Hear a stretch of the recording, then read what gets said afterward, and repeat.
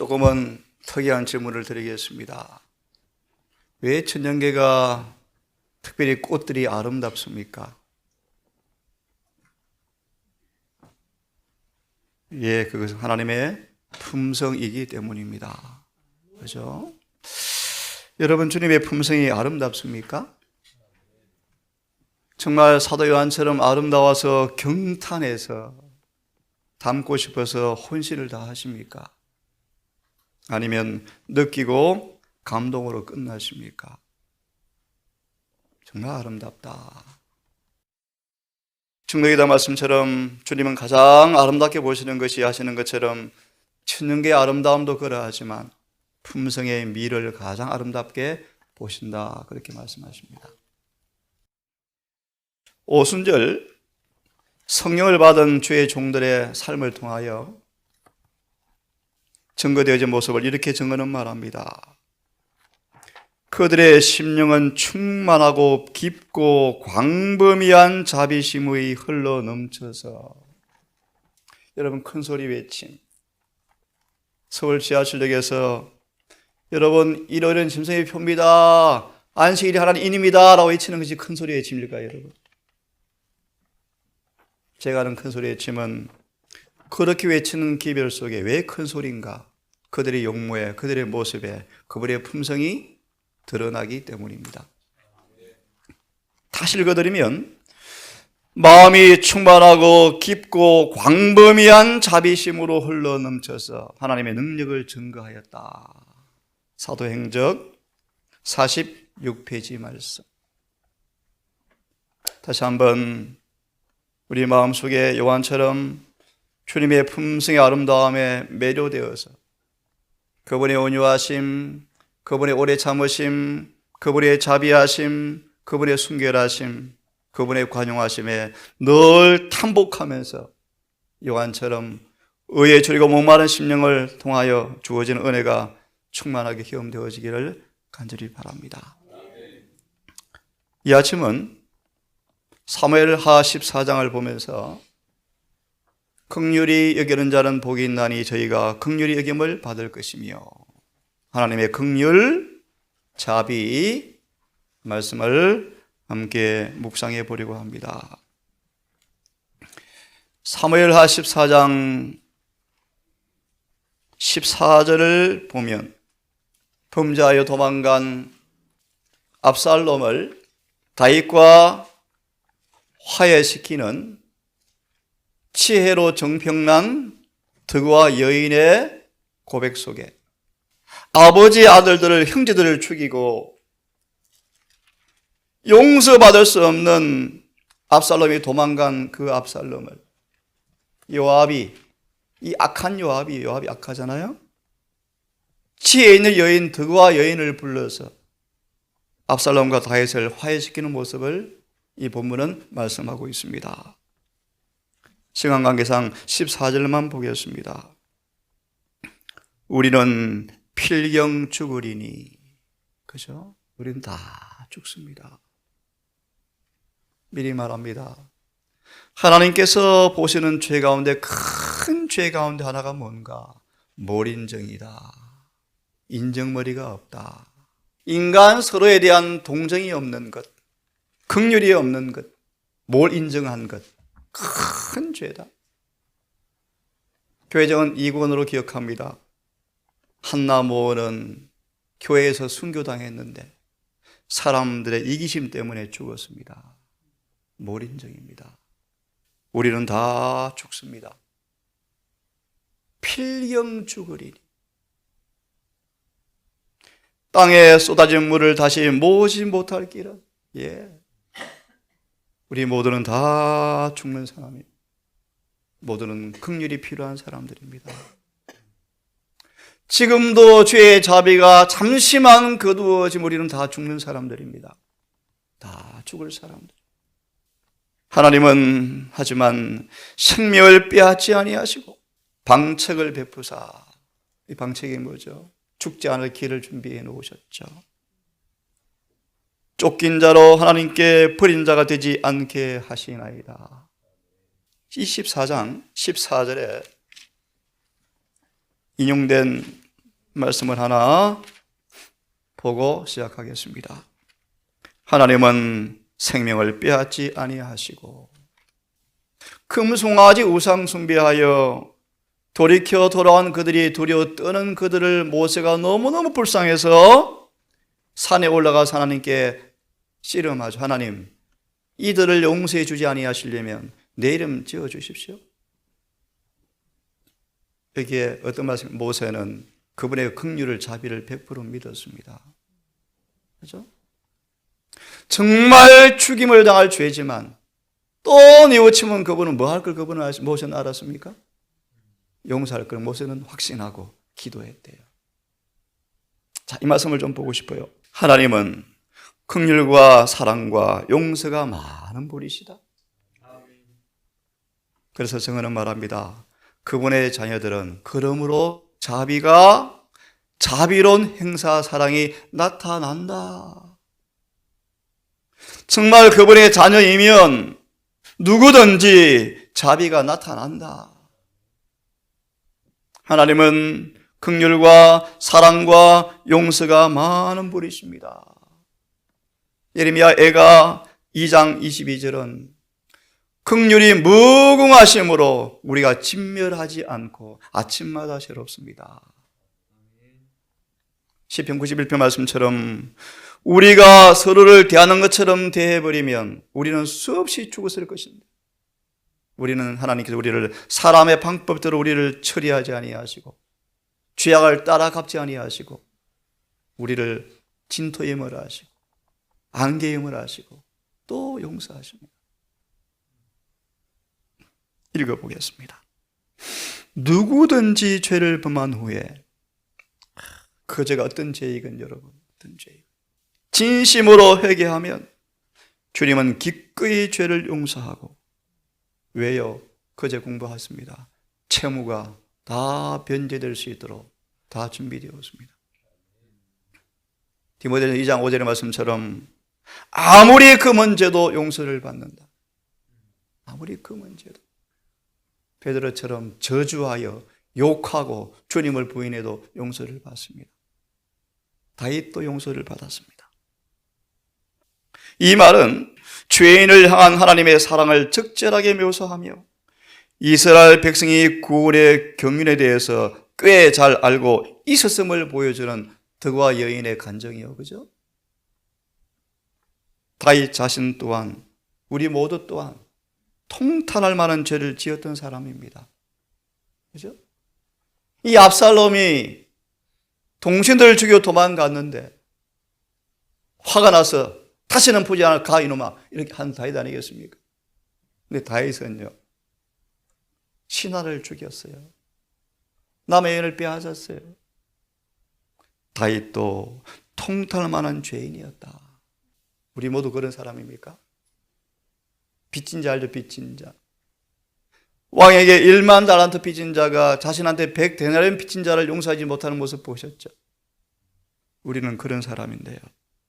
다윗이 그 지금까지 살아오면서 왕으로 계속 유지하는 까닭은 오직 하나님의 자비 때문이었다. 지혜로운 덕과 여인은 이 말로 다윗의 마음을 깊이 감동하여 자비를 베풀게 되었다. 예, 오늘 긍휼이요, 긍휼. 긍휼이 여기는 자는 복이 있나니 저희가 긍휼의 여김을 받을 것이며. 야고보서 2장을 보겠습니까? 우리 동산이 가장 아름다운 까닭은 어제 한 동료 목회자였던 사람이 와서 제 함산을 보고 너무 아름답습니다. 건물도 아름답고 너무 아름답습니다 하고 가셨어요. 여러분, 주님의 가장 아름답게 보이는 것은 이곳에 사는 여러분들의 품성, 우리의 품성입니다. 품성. 우리의 품성이에요. 그죠?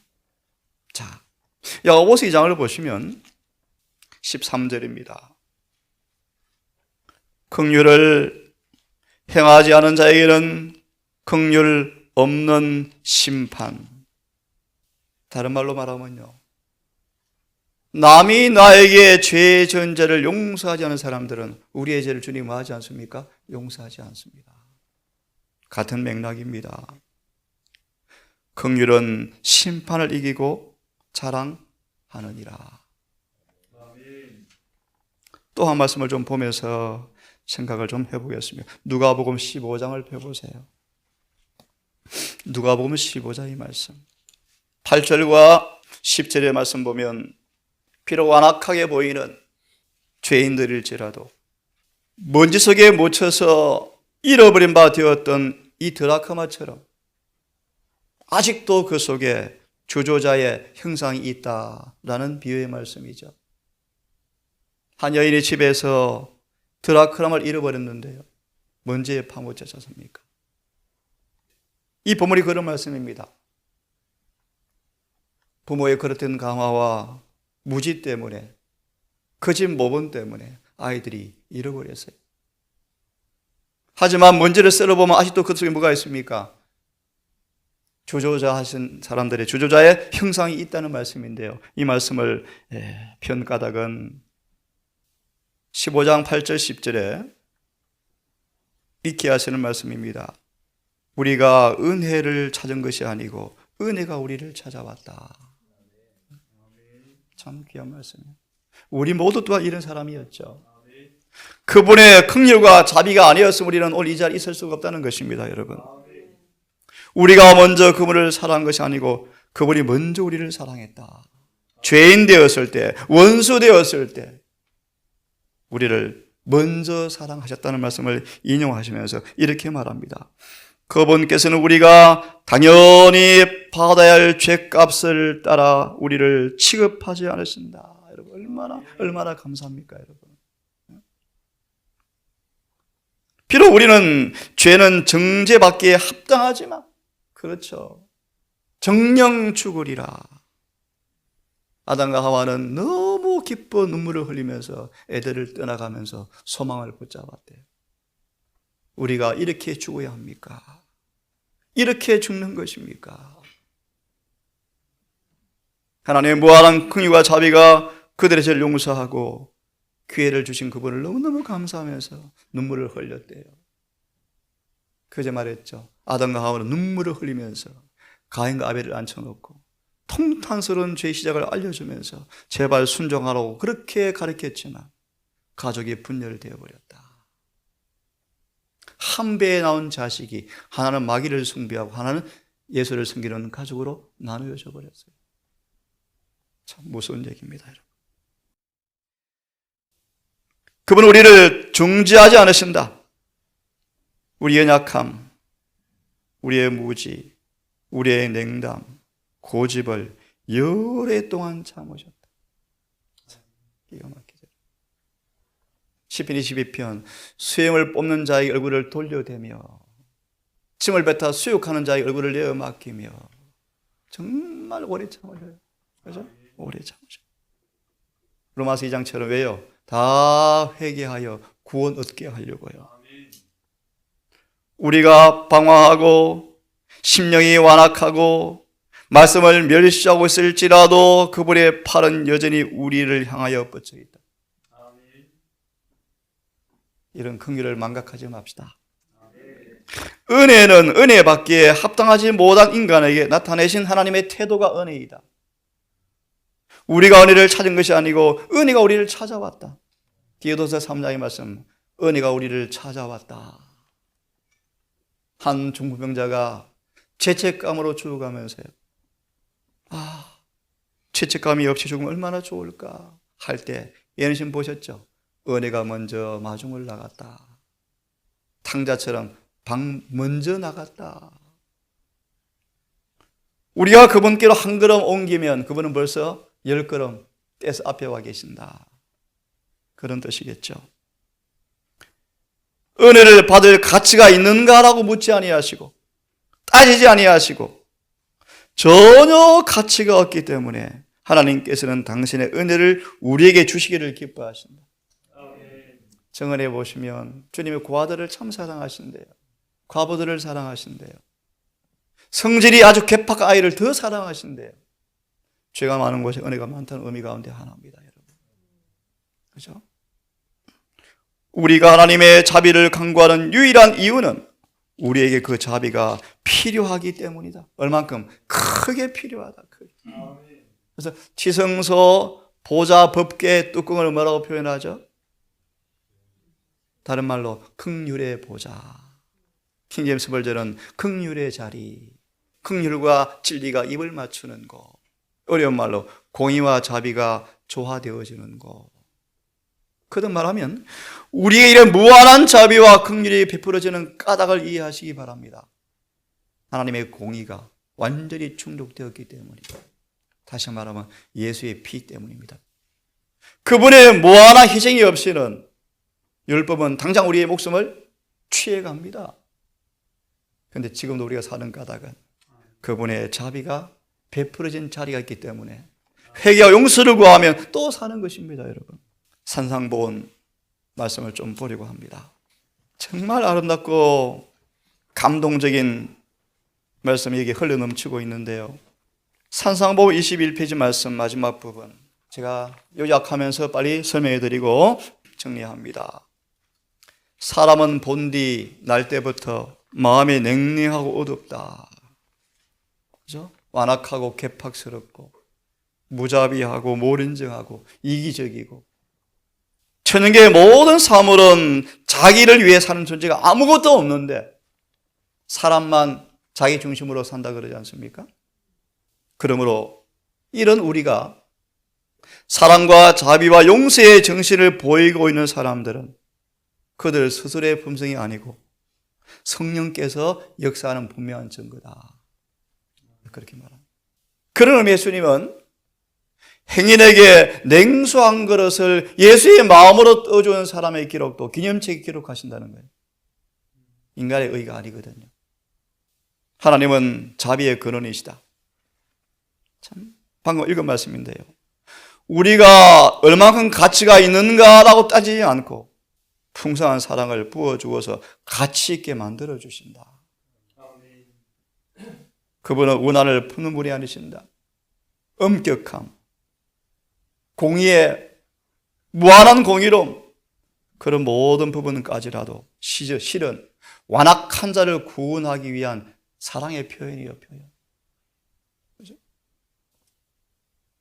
구약에 얼마나 많은 그분의 공의가 드러납니까? 엄격함. 예를 들면 모세의 충실도, 하나의 죄도, 그가 충실했지만 모세 한 번의 실수도 그분이 엄격한 공의에 있어서 눈 감아 줄 수가 없었다. 그분은 엄격하십니다. 정말 공의롭죠. 정언을 말하기를 그런 것까지라도 완악한 자들을 구원을 위한 하나님의 사랑이라. 그분은 사람들의 고통을 씻어주고 상처의 향유를 발라주고자 심히 갈망하신다. 이런 품성이 우리 품성 되기를 정말 간절히 소망합시다. 아멘. 이어서 긍휼히 여기는 사람들은 신의 성품에 참여한 사람들이다. 그러므로 하나님의 자녀가 된 사람들은 하나님의 자비로운 사랑이 나타난다. 사랑이 없는 그리스도인이란 있을 수가 없다 그러지 않습니까? 무한한 사랑의 하나님과 마음이 일치된 사람들은 너무 멋진 말씀이요. 남을 교화시키기 위해서 힘을 쓰지만 정죄하지는 않는다. 멋지죠? 영혼 속에 거하는 주님께서는 이런 사랑이 메마르지 않도록 끊임없이 흘러나오도록 만들어준다는 것입니다. 원수에게까지라도요. 주님의 자녀들은 잘못을 범하는 사람들, 시험 당하는 사람들, 궁핍한 자 희생이 된 사람들, 그들의 부르짖음을 들을 때 가치가 있는가 묻지 않고 어떻게 해야 도와줄까라고 묻는다. 멋지지 말씀이죠? 그는 가장 가련하고 가장 비천한 사람 속에 구주께서 돌아가시면서 구원하려 하셨고 하나님께서 당신의 자녀들을 시켜 화목의 봉사를 하도록 하신 영혼임을 알아차린다. 그런 말씀입니다. 모든 사람은요. 고난 중에 있는 사람들, 불쌍한 사람들, 우리 속에 있는 남을 너그럽게 대하지 못하는 것이 아이 자라서 살인죄를 만들어내거든요. 오래 참지는 못하는 자가 남을 죽이거든요. 이기심이, 굶어 죽어도 자기만 먹거든요. 참 이 땅은 23페이지 정말 지옥입니다. 지옥이요. 읽어보시면요, 고통스러운 투쟁 속에 사는 사람이 얼마나 많습니까, 여러분? 얼마나. 그죠? 얼마나요? 특별히 엄마, 아빠 없는 아이들 크는 거 보세요. 정말 불쌍하거든요. 그래서 예수님처럼 우리는요, 한 끼 굶고 도와줘야 되는 거예요. 한 끼 굶고. 한 끼를 굶어서라도 나누어 줘야 되는 거예요. 끝으로 보고 마무리합시다. 이 땅은 정말 긍휼이 필요한 사람으로 가득 차 있습니다. 그죠? 가득 차 있습니다. 읽어보시고요. 마지막 문단 보고 마무리합니다. 그러므로 이런 긍휼을 베푸는 봉사 자리에 있는 사람들은 누구나 다 하늘의 모든 자원을 마음대로 쓸 수 있는 분과 연결되어진다. 2만 번 기도로 고아를 운영한 사람 여러분 들어보지 않습니까? 또 이런 말씀이 기억이 납니다. 그런 사람들이 베푸는 우리의 희생은 하나님께서 빚진 것을 여기시고 반드시 갚아주신다. 그의 생애는 변함없는, 남을 위해서 자아 모아의 사랑에 봉사를 하는 사람들은 황금고리로 하나님과 연결되어진 사람이다. 고통과 궁핍의 시간에 하나님께서는 그들을 잊지 않을 것이다. 욥이 그랬죠. 나의 하나님이 나의 주님의 영광 가운데 모든 쓸 것을 풍성한 가운데 우리에게 채워주시겠다. 긍휼히 여기는 사람들은 가장 어려운 시간에 긍휼히 여기시는 주님의 자비 안에서 피난처를 찾게 되고 영원한 거처로 영접받게 될 것이다. 다시 한번 우리 모두의 삶 속에 주님의 자비가, 긍휼이, 사랑의 동정이 흘러넘치는 성령의 충만한 모두가 되기를 간절히 바라겠습니다. 아버지, 예레미야 애가에 나오는 말씀처럼 사랑과 긍휼이 무궁하심으로 아침마다 우리가 새롭고 진멸되지 아니함을 참으로 경험하는 이 아침, 새 아침, 이 한날도 주님의 무한한 긍휼과 자비와 은혜가 우리를 둘러 진치지 아니하면